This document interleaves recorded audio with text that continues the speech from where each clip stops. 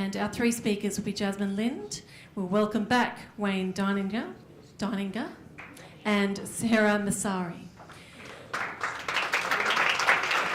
Jasmin is a program coordinator for Wesley Mission Queensland's Logan Youth Foyer Support Service and has worked in the housing and homelessness sector for 15 years.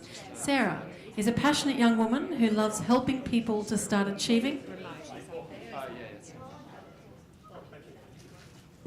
and working towards their goals. Sara is passionate about self-development, beauty, health and well-being. Sara is currently working as a disability support worker and commencing study for her Cert 3 in disability and working towards achieving her startup business. And we're welcoming back Wayne. As previously mentioned, he's the chairman of the leadership team at Wesley Mission Logan Youth Foyer, which consists of a group of young people who volunteer to assist with the service planning, delivery, policy, events and more. Please welcome them. Thank you, everybody. These guys are excellent presenters, so they'll keep the energy up for the rest of the afternoon, I assure you. We've heard excellent music to get you pumping for the weekend, you know, get you ready to head out to the valley and kick on and do a different kind of social inclusion and connecting. Yeah? But I did want to thank all of the young people and all the presenters that have come before us. Everything that you have said has really resonated with me, and it made me want to change my whole speech to address so many cool things, but I'll just stick to the script for now. But I hope what we have to share resonates with you as well. Ours is about creating those connections, and I have to remember to press my button. Which button is it? There we go. And partnering for that social inclusion. My experience is through Logan Youth Foyer, very luckily. Really quickly, if you don't know, the model is about integrating learning, training and accommodation centres for young people, usually aged between 16 and 25. The model comes from post-war France, where young people were provided with accommodation and upskilling and social inclusion when they were returning from war and had nowhere to go and no jobs to do. The UK adopted that model and expanded it to large-scale housing services, which became pretty much an integral part of their youth housing system.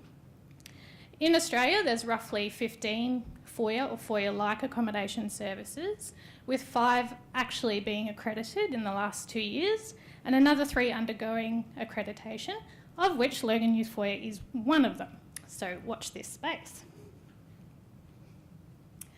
Now, Logan Youth Foyer, or foyers in general, they're not about saying, here's the condition of your house. It is more of a transactional partnership arrangement. We offer young people a deal. We offer them what they may want to engage in with the option of housing. So, the service offers in a foyer usually look like this: education and employment. It looks at it in a holistic way. What's your survival job? But more often, what is your career aspirations? What do you bring to the table and your strengths, your assets and your goals, and how can we support that?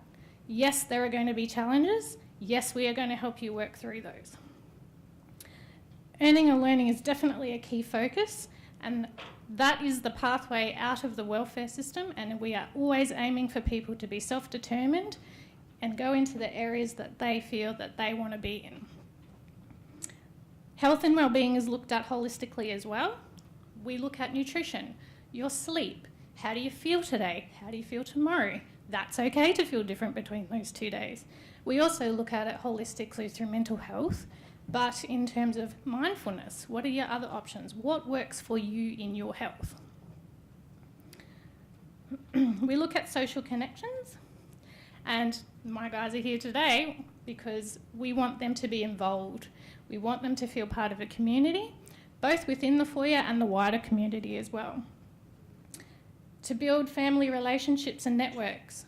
Many of our young people, as we've just heard, return back to home, or want family connections, or want a different kind of connection, or want to build their own family connection with people who may not be blood related to them, and that's fine too.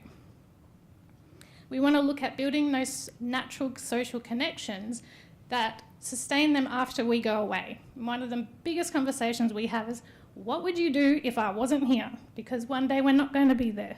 And that's totally normal and totally natural. So how do we work with young people to build that for themselves post-exit from foyer?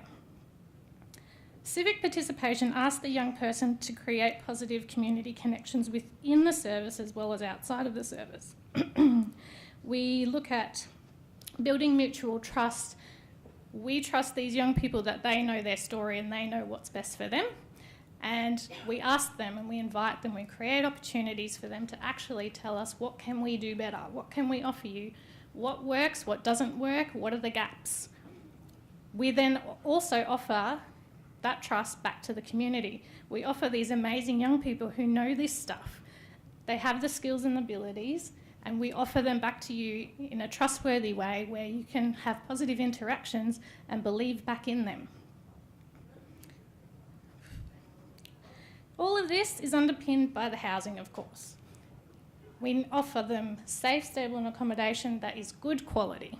It is affordable to their level. As we heard before, young people are not earning the money that we're earning. It needs to meet them where they're at. It needs to be good tenancy conditions, real life tenancy. So these guys, we don't do door knock inspections. Their tenancy manager, Horizon Housing, come over as you would in any other tenancy once every 3 months, and the condition of what it is what it is at the time. If we want to enter, we must ask permission. We must follow the tenancy rules and processes. If you don't meet your tenancy agreement, there will be real life tenancy conditions and consequences, but in a supportive manner. Horizon Housing have done an excellent job of working with us and with the young people to sustain most of the tenancies that we've ever had over the time. It also acknowledges the long-term nature that we are asking young people to take this journey on, and the time that it takes to reach these goals, make the transition and actually develop the skills that we are all asking them to develop. It's no use being short-term. It offers the opportunity for the young people to take risks and to grow. So, foyers in Queensland. Queensland's been lucky enough to have foyers since 2009 through the Logan Youth Foyer, which has seen 172 young people through the program so far, with 150 exiting. We have seen consistently high engagement in earning and learning, with 100% of young people attempting something during their time. And most people use their time when they've finished something to move out. So exit data is not great. It's always at the time when they're in between something.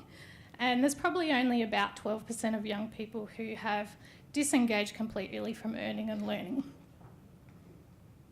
We only have 22 beds, but as we've seen in the Minister's address, that is being expanded up to 40, which we're super excited about. And not only that, we get the Gold Coast one, woohoo, and Townsville, woo! Oh, come on, guys, get excited. That's 120 beds for young people in Queensland. Come on.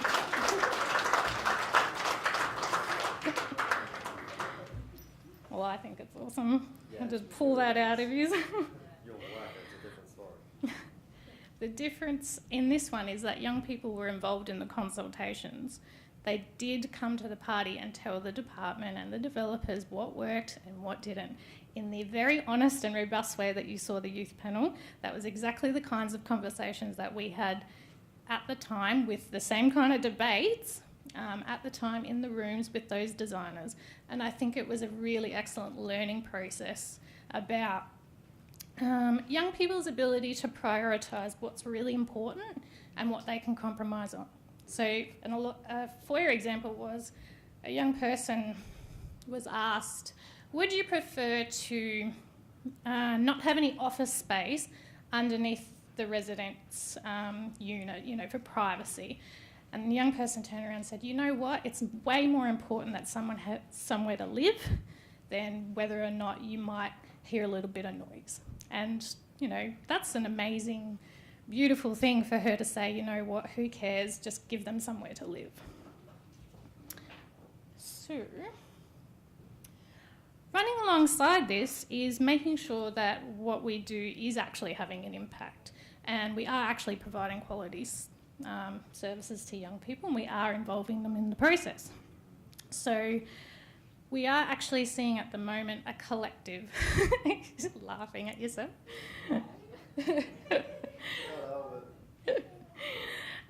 So these are all the collective partners that are actually involved in the Queensland community of practice, which we have voluntarily come together, and thank you to all the partners involved that have openly said, yes, let's work together, let's break down the silos of not sharing information and practices and processes, and let's do it right, and let's do it right from the start. Let's learn from what's already been done, let's not reinvent the wheel, let's include young people along the way, and let's really work on what works through data and evidence, which the National Foyer Foundation has collected a lot of information about.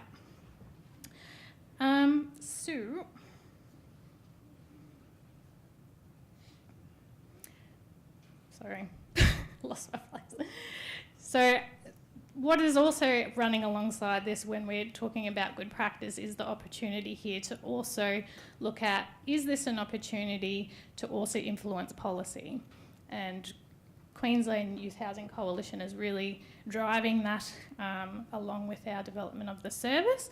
And it's an exciting space to be in where we can come to the table and really have a little bit of negotiating power with policymakers about how do we secure these kind of offers for young people permanently.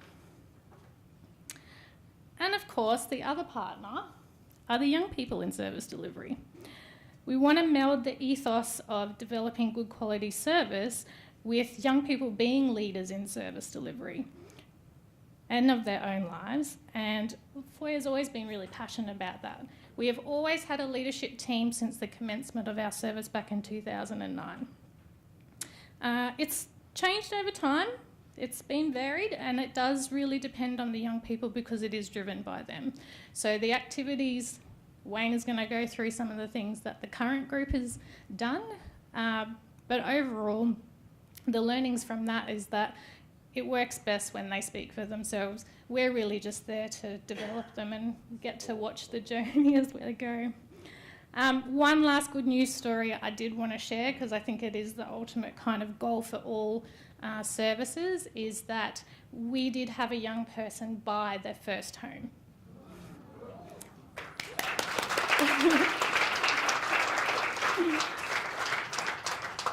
So Wayne is going to talk a little bit more about the leadership team, his role in that, things that they're working on, and then we'll hand over to Sara.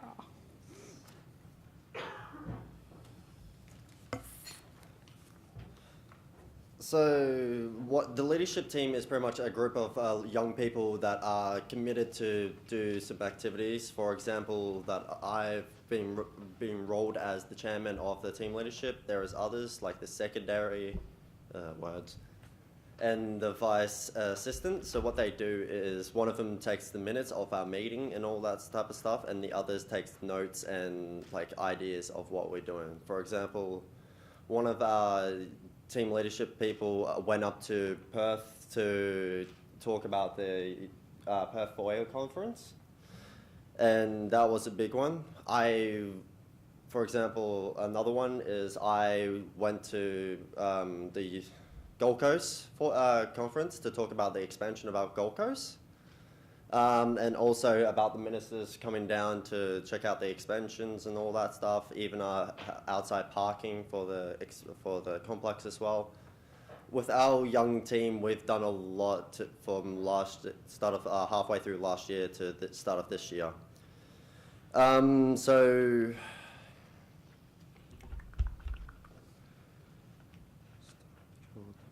Sort of talked about that. Yes, the organisation and the annual celebration for Logan Youth Foyer will be marked 10 years to be confirmed. So yeah, that's really good. So I've attended the panel meeting with the Department of Housing and Horizon about service to discuss about issues or ways to work together. For example, like how we can make the place more safety or something, just concerning the other tenants. And we're hopefully, with the new expansion coming up very shortly, that we'll be getting more people on our team, and yeah. And also, we're planning to discuss about the rules and behaviours and the positive matter of the new expansion and that. and planning to start a welcome party for the people who come in, and also for the other people as well to come along, like Department of Housing and all that. So yes, so that is done for me. I'll chuck you on to Sara.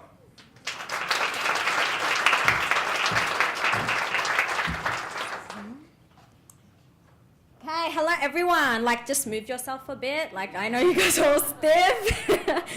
Okay. Well, yes. So my name is Sara. I'm Maisary. Yes, you guys must all know me from from Jasmin. But I'm here today to talk about my business, Flawlessly You.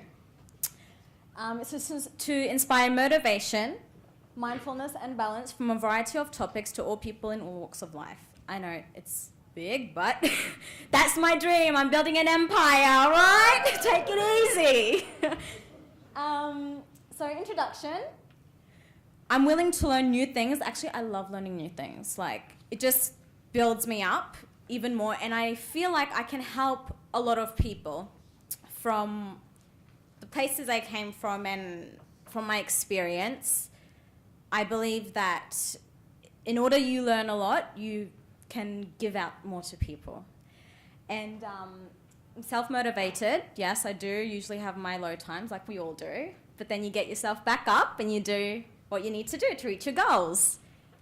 Love networking with people, even though I am an extrovert. You might not believe me. But I like smiling and I love talking to people. Because it's all about the connections. You knowing people, they can get you to somewhere.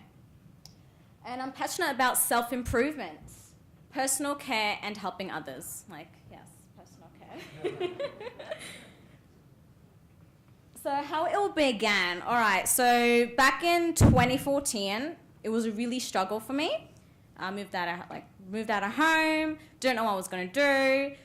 In 2016, started writing a blog. You know, I had since I could remember when I was only 6, I had dreams and hopes for the future. And this is what made me to stand here right now because of it. 2017, I was like, you know what, let's move it up a notch, right? Why don't we? So, I started reading this books, went out with my friends, and, I started to gain more hope. Then 2018, I wanted to start a business to help others and see the changes happening. So what's different about Flawlessly You? So the title Flawlessly You is about you to make yourself even more better. So it's a one-stop house combining 3 important aspects to empower individuals to achieve their goals and ambitions. The 3 main aspects we value is motivation, mindfulness, and balance. You need the balance, of course. Why would we choose Flawlessly You? Well, it's the best, of course. At Flawlessly You, we admire self-improvement, progress, and consistency. Again, consistency can go out throughout life. We aim to provide outstanding customer service, budget-friendly, great quality products with a supportive, like-minded community. You need all that to get the whole package. So what problems can Flawlessly You solve? We can solve issues such as self-doubt, lack of motivation, and self-confidence. Flawlessly You aspires to help individuals obtain the gear to move forward, which was great when Cameron was on the presentation about homelessness. In order to make someone feel great, you need to sustain what their situation is, make it good, so get them a house. After then, they want to feel better about themselves. Self-improvement, having like-minded community, and, everything's online. You can go to groups and all that. So what solutions does Flawlessly You have to solve those problems? Flawlessly You aims to solve those issues through free, valuable content that I am still building the website for, yes. An online 24-hour community platform and a tool to increasing one's self-esteem. So, elements we focus on is 3 things. Physically, which covers beauty, skincare, men and women, and just about yourself. Because when you look good, you're going to feel good. That's just, yeah. So, where is it? Yeah, you look good, you feel your best. Sorry.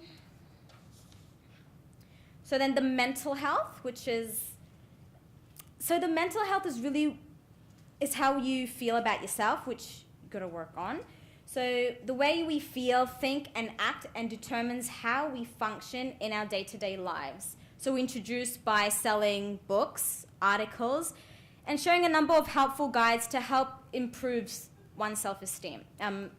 Mental health.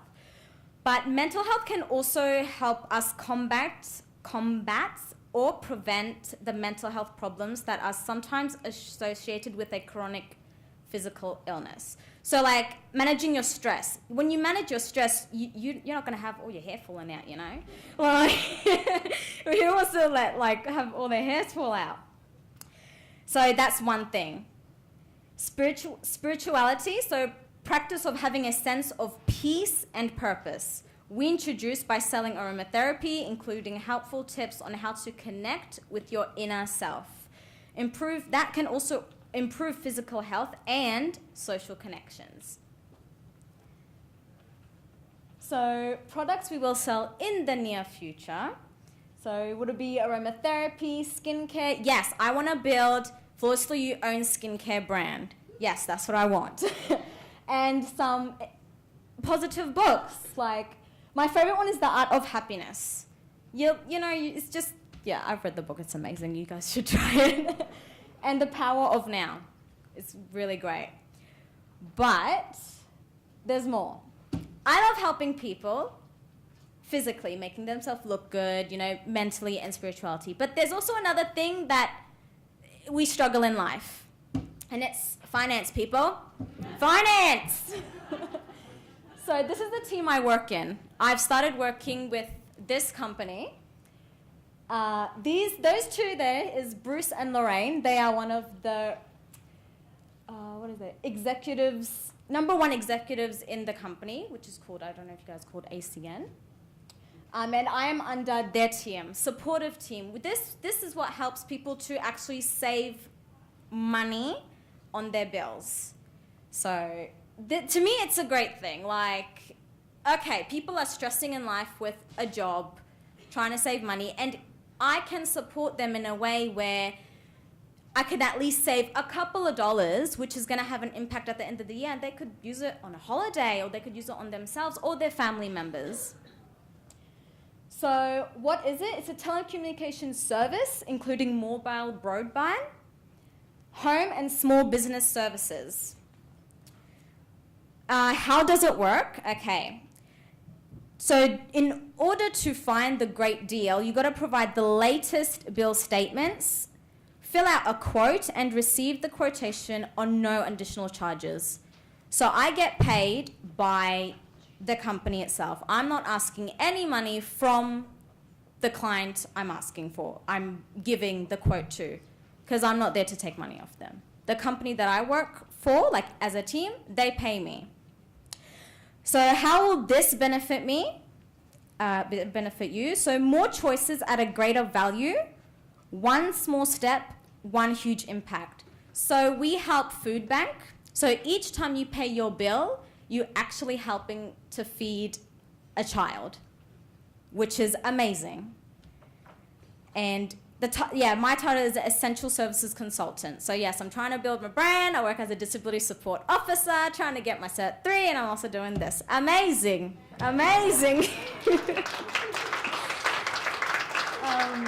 So what we are looking for. Okay, so my goal is to actually really help to get this starting.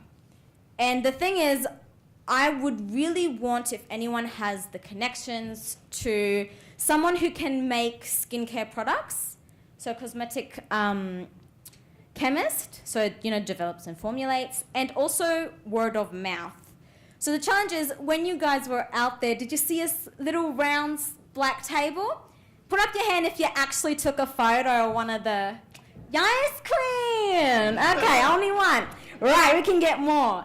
So the thing is, the challenge is to make connections and support young people in employment. I'm here to build a business and organization to actually help others. And in order for that, I would love to employ people who actually came from the same hardship.